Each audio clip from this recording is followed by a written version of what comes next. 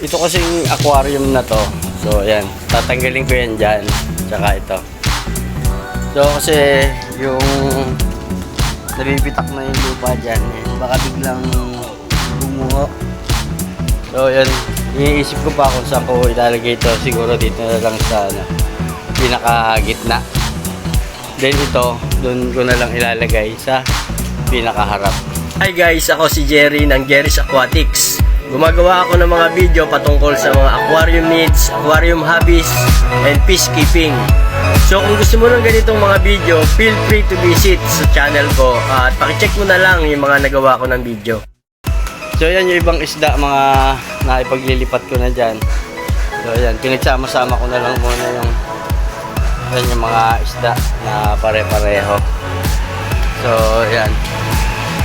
Then after ko matanggal lahat ng laman na to, so yan, nililipat ko muna doon. Yan, delikado kasi medyo tumatagilid na, baka biglang gumuho, babasag lahat ng aquarium. Okay. Then dito ko muna nilagay yung mga 15 gallons na aquarium. So ang gagawin ko naman dito ngayon, lilinisin ko na to 100%. So ibig sabihin, mamamatay lahat ng mga beneficial bacteria dyan. So kailangan muna uli natin na mag-cycle. After malinis to 100%, so yun, isa-cycle ko muna kahit siguro mga 1 week, tapos lagyan ko na lang ng ibang mga kailangan para mabilis siyang ma-cycle. So yan mga kapisda, at medyo marami tayong linisin na aquarium, kaya nagpatulong na tayo kay Kuya Francis. So yan, Kuya Francis, kaway ka naman. So yan, at nailipat na namin dito yung rack. Yan, nalilinisan na yung ibang mga tank, konti na lang. So dito naman yung mga 5 gallon sa side na to.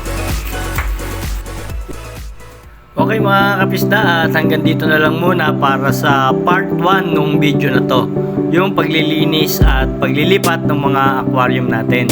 And guys, kung may mga tanong kayo, paki-comment na lang at sasagutin natin yan batay sa napag-aralan at na-experience ko na din.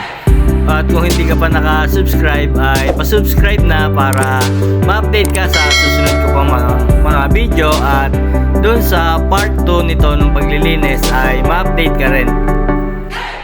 Okay mga kapisda, happy peacekeeping!